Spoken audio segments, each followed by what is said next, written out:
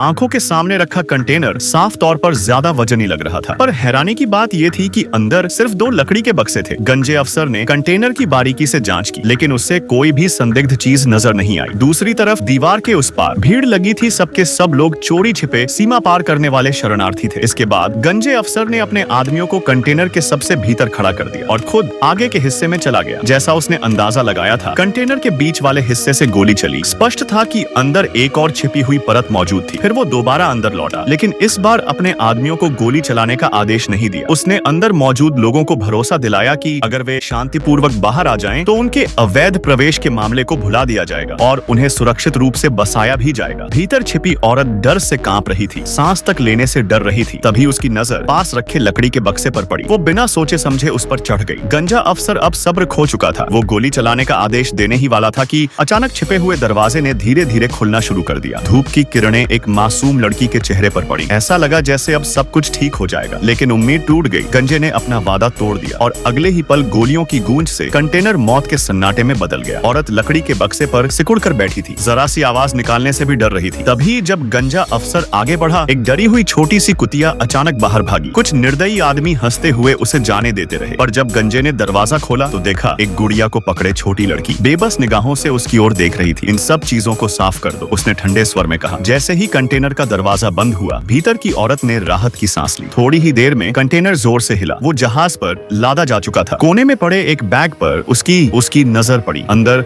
उसे एक drill machine, एक पुराना फोन और एक चमकती फ्लोरोसेंट स्टिक मिली। जिंदगी और मौत से बच निकलने के बाद वो अपने बचे हुए सामान की गिनती करने लगी।